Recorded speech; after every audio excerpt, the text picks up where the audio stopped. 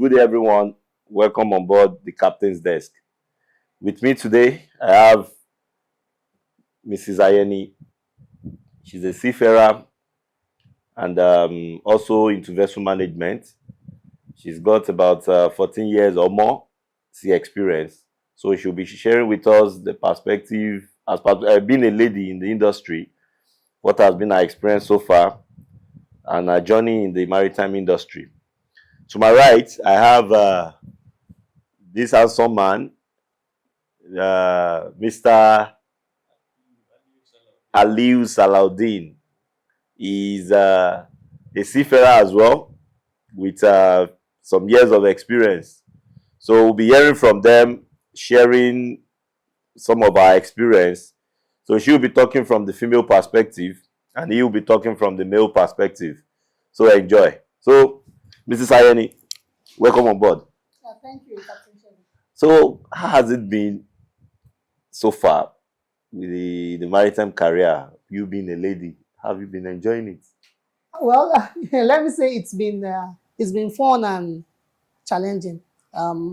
Being a seafarer with over 14 years experience, I started my journey in 2008 as a cadet on board when I graduated from school.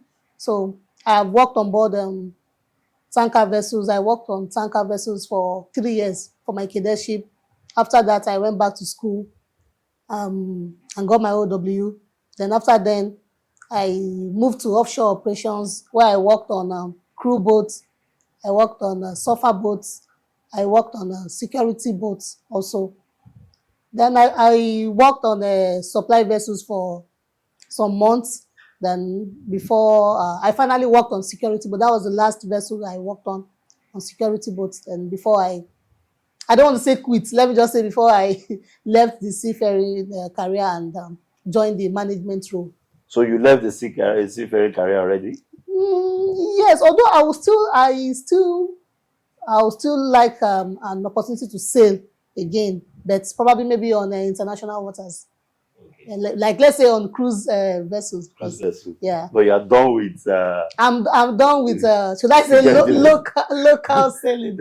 So I'm done with seafaring in Nigeria. Let me just put it that way. Okay, you're done with seafaring in Nigeria. Okay, so has it been frustrating, or because you being a mother and at the same time being at sea, I'm sure you must have some story to tell. Yes, well, that has been quite challenging also. Trying before I left the seafaring profession, trying to navigate being a wife and being a mother to working on board the vessel. So it was not easy. I'll say that there are some times where I'll be on board and I'll just start crying because I know I left my baby at home and I'll just. Then when she was about a year, when I went back to sea, so it's. I don't want to really say much about it because it was quite challenging. But for the fact that now we have good internet connection, and so it was a bit easy because I could call on video, and talk to her every day. And I also appreciate my spouse for the support also. So. Wow. I'm just. Despite my years and my years of experience, I'm still just seeing it from. I'm trying to see it from your own angle.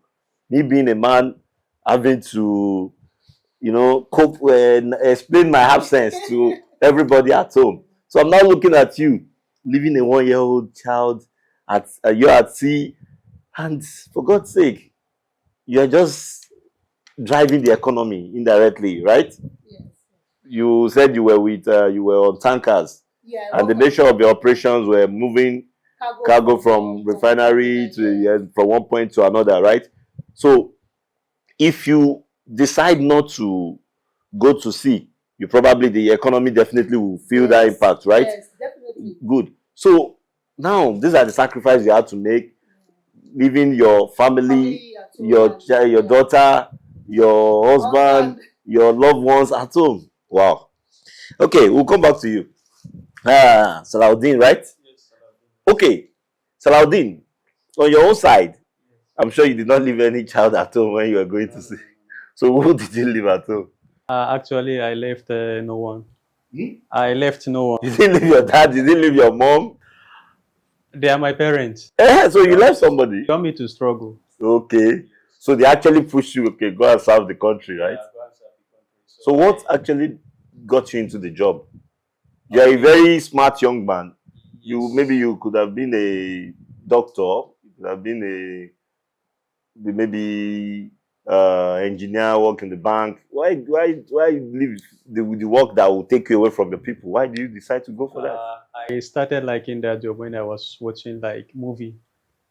Yes, I'm seeing ship on water and how people work on it, like the military action. So that's what dragged me into Maritime Academy. I thought I was a military before I discovered that it's a merchant work. Okay. So you were actually interested in military. I thought, Core military, yes, right? Yes. So now, if you have the opportunity, will you choose the military over this? No. I'll continue. You continue with this. Yes. Okay. Anyway, what are your experience like? What are the things you've seen? Your experience, where you've been to, the kind of job you do, your sea life. My sea life. Yes. My sea life is based on tanker. On tanker. Yes. Okay. So on tanker, what do you do? On tanker, normally we do like we move a product like petroleum. Or what kind of product do you move? PMS, Okay. AGO, sometimes Jet A1. Are you not scared that tanker can explode? We zero our mind. Yeah, it's all about zeroing the mind. Okay. So there is possibility that the tanker will explode, right? Yeah, it can, but we just that we know that God is protecting us, and we are taking the safety measure. Okay, you're taking safety measures, right?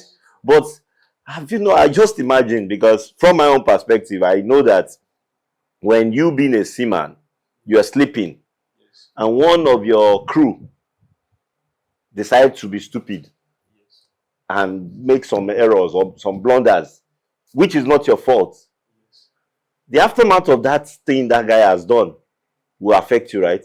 It will affect. Right? Yes. The ship could have, there could be an accident, and you sleeping could be affected. Yeah, it can be affected. So how do you make sure that that guy's stupidity does not affect you that you're sleeping? Like we are being briefed every day Okay. on the safety measures. Okay. We are to do this, we are not to do that. Okay. So most of the people I work with, they do cooperate. There are the things they don't do at all. But in case one of them is not cooperating, what do you do? In case one of them is not, That you notice that this one is always doing opposite of what they expected. I him will to. need to inform my duty officer Okay. or chief officer. Need to be aware. And if they did not escalate it, what do you do?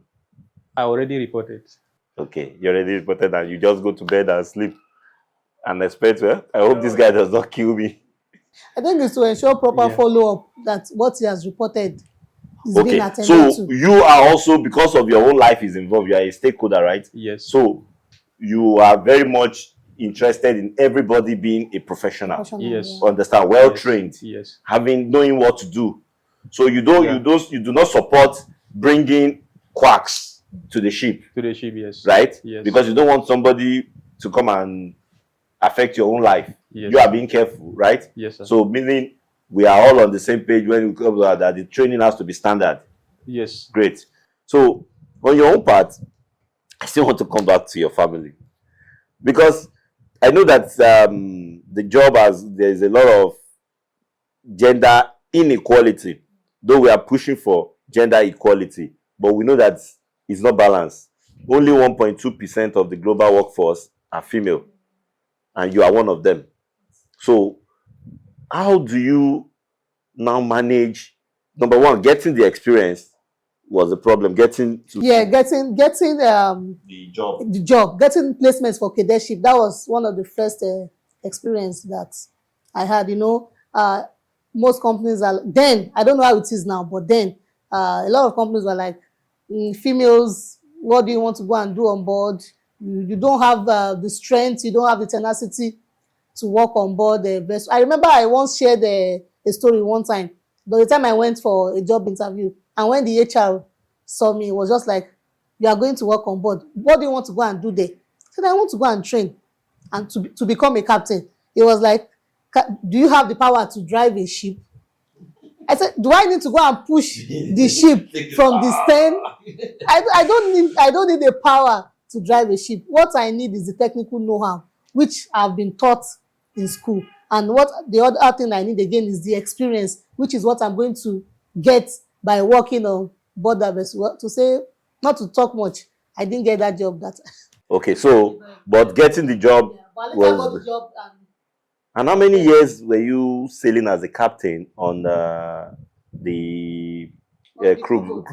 When I was working as a captain on crew boat, I did that job for 5 years. Okay. Yeah, for 5 years. And I know you used to move some VIPs. Yeah, some VIPs, officials, like who are the VIPs you've moved? Well, some offshore workers. Those are our core passengers. Then celebrities. Yeah, like some actors and actresses and musicians and things like that. So where they are going to Bonny Offshore. To Bonny Offshore for. Okay. And what are the dangers of that job? What could happen? Okay, it's the dangers of the job is also the dangers that could happen anywhere on board. Okay. No matter the type of ship that you are working on, which could be probably maybe fire hazard, collision. I once had a near miss situation when I was on tanker. The vessel I was on almost collided with another vessel coming from Cotonou, then I remember. So then I had already put on my life jacket and I went to stay at the bridge wings. That I was going to jump into the water in case of collision, but thankfully. Were you supposed to jump overboard in case of collision? I was just trying to. That was just your reflex. Yeah, that was my reflex. So. Okay, so the dangers of your job is there could be collision. I know the kind of operation. Pirate attack. Yes, the kind of operation as a captain on a crew vessel, you have there is a possibility of all these fishing vessel, the fishing nets and all the like. Yes, yeah, a lot of times it has happened that there was a time that some fishermen said you fouled their net. Not even fouled their net, that we capsized their fishing boats. So that we need to pay, I think, was it 4 million for the boats that they had some valuables there. They even went as far as they brought a dead body that we killed someone, that we killed the person, and they brought the dead body to our company then. But after the investigation, we found that we didn't kill anybody, that they were just trying to skim out money from the company then. So, but the case was settled. So those are part of the challenges that we faced. And how do you manage your male crew?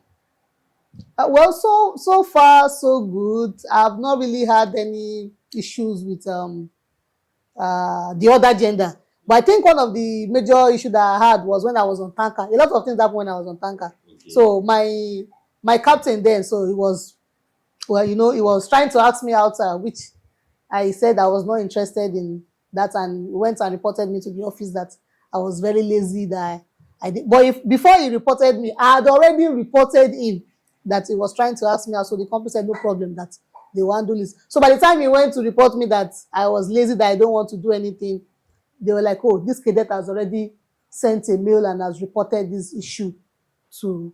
So they took me to another vessel. So there's possibility of harassment. Definitely there is. So we'll come back to that. So on your part, she has mentioned the risk involved there, and again, specifically harassment being an agenda. On your own part, any possibility of harassment? No, there is no harassment. Victimization? No. I've never experienced that. All the ships I work. Okay. But in your career, what exactly is the thing that you are seeing? Like, I've got a lot of things I will say that, no, these are the things that is actually making me think I don't want to continue. So what are the things that will make you think that, oh, I don't want to go on with this job? Enough is enough. This work is not a career job, number one. The job is not a career job. Wow. Can you explain that? Someone will struggle and go for his cadetship, and still struggle, go for COC, and still come back struggling, looking for job as a officer. So the job is all about struggle. It's just about Because struggle. let me even share my own experience. The moment you get all your documents complete, you call the company. Oh, I've got my certificate. I've got this. I've got that. Okay, go on board. You go on board. By the time you will be ready for before you finish one thing, one of the certificates is already expiring, and the cost of these courses are going up. So you're just making money to renew papers. So, and again, you're changing from one ship to another. So It's not cheap. Company. So you're changing companies. From one company to another. And that last company you went at, they don't have any record with you. Like there's nothing, nothing to. No, I work peacefully. You just go Yes, and I work peacefully. go and see no more. Yeah, because as a seafarer, the moment a company give you contract letter, you have to abide. Whatever you see on board, you have to take it. Okay. So you are limited. God have mercy. So now, on your part, how do we now help to manage this situation of inequality, the harassment? What do you think we can do? Let's talk solution. Okay, I think there should be encouragement of more female seafarers to go on board. To go and leave their children again? Well, no, it depends. If your husband agrees, if he agrees with your Don't you career. think because okay, look at marine pilot, for example. That allows you to go on board and go home. I think such jobs should be encouraged for females, more. like marine pilots, working on tugboats, working on surfer boats. The men that are there should please go to sea. Men, please go to sea. Go to international waters. Go to sea. Let the females occupy that space. MPA should do 99% for females and 1% for males. Okay, so your own advice to the government is the job that allow you to at least to have time for your family, yes. Should be for the jobs like MPA pilots, mooring master, crew boats, surfer boats, tugboats, the ones that do most of the coastal work. Yes. They should encourage more females to do that. And the men should go on tankers. Yes, please go on tankers. Go on FPFO. Have you tried to explore construction vessels, drilling ships, FSO, all these kind of platform operations? Have you tried to go into those ones? Well, not really, but from what I've heard so far, I think a lot of FPSOs, the FPSO companies, they encourage more females, although not really in the navigational or engineering aspect, at least in other professions. So at least I've heard that more females are on board. Like myself as a reference, was on the drill ship, and we do 28 days in, 28 days out. So with this, I think any female should be able to manage, rather than you going on tankers for 4 months, 5 months, 6 months, one article. Wow. Okay, yeah. One of the major challenges that I faced, and I noticed that a lot of, I don't want to say females, a general challenges, especially in Nigeria today, is the inability to career development. It's kind of very, very challenging, because you see a lot of students, after they are through with their studies, they struggle to get cadetship. After they've gotten the cadetship, they struggle to go for their COCs. After they manage to get the COCs, they struggle to get jobs on board. Even after they've gotten jobs on board, to proceed higher in the career is kind of difficult, because in this seafaring profession, we need funding, we need support, because it's not easy. It's not easy because we have courses that are expensive, and the pay, I think that's a story for another day. And I don't want to talk about it because so that's a story for another day. So the pay is not also encouraging to meet up with the courses that we do. So if government can come. People do not even see, like, if you look at the people in aviation, for example, they see them every day. Maybe the minister is flying on the plane, so they see them, they interact, they are like human beings. But you hardly see people. No, You're at sea. Yes. So people do not even They know don't know how their clothes yes. get to them, how their phones comes, how their food. They just like, oh, we have. I ordered. I ordered it. I got it. They don't know how those things are coming to. So, like you said, career development needs to be. They need to encourage. The government need to look into funding for seafarers. I know they already have some programs that they are doing, but it's not enough. I feel it's not enough. You mean the NSDP? Yes. They should focus it on existing seafarers. Yeah, they should focus on existing seafarers, not going to not packing people into it. The few ones that are in the industry, develop them. People that are in the industry. Put them to standard. People that went to marine school because they actually have the zeal to become, the passion to become seafarers. That is why they went to marine school. So go to the marine schools, get them, develop them further. Okay. So that funding. Would you allow your daughter to go to sea? Definitely. Wow. Definitely. If she wants to be, I developed the interest in becoming a seafarer when I was very, very small. Then my sister and I, we used to act some dramas. Then I used to be the captain and she used to be an engineer. Then we'll be like, okay, we are on a boat. We can just gather my dad's clothes on the bed. We'll sit down. Okay, the rest is water. We are on a boat. So from there, when I now watch these movies, Titanic, I started falling in love and I made up my mind that I was going to be a captain from that moment. So it's a career that I really love. You ended up doing is different from the Titanic.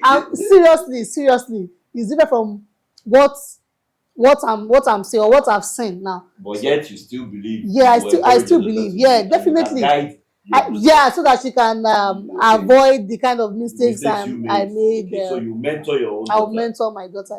And do you share the same view? Yeah, I do. Right. So yes. You also will encourage your son or your daughter in future. So you will never say it.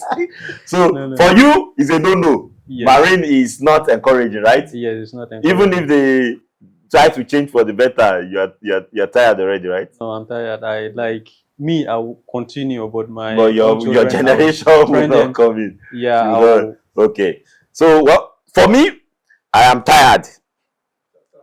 Yes. For me, I am tired. As far as Nigerian system is concerned, we are running the most disorganized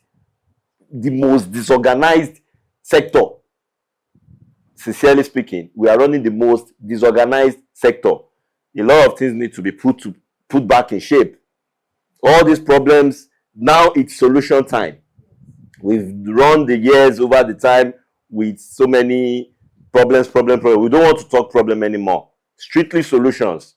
And I hope these messages will get to the right authority. We don't want to continue with these problems. We want to sit together with the government. We are all here to help. Everybody that one day at sea is an experience.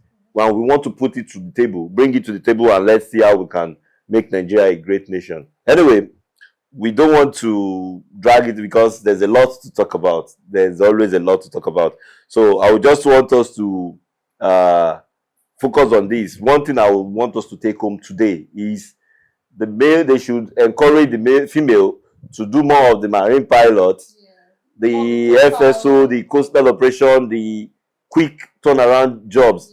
And the men should go tanker. All men go to tanker. Go to deep sea and leave the sofa crew boat for the ladies. Okay, thank you very much, Mr. Salahuddin. It's been a good time with you. Mrs. Ayeni, my regards to your baby. How old is your baby now? She's almost 5. Wow, that's a sea baby. So, and much respect to your husband. He's a wonderful man. Thank you very much. We had a lovely time, wonderful time with our guest today. Still on the Captain's Desk. Thank you. Captain's Desk. Only the seafarers can tell the seafarer's story. Smoke Room TV.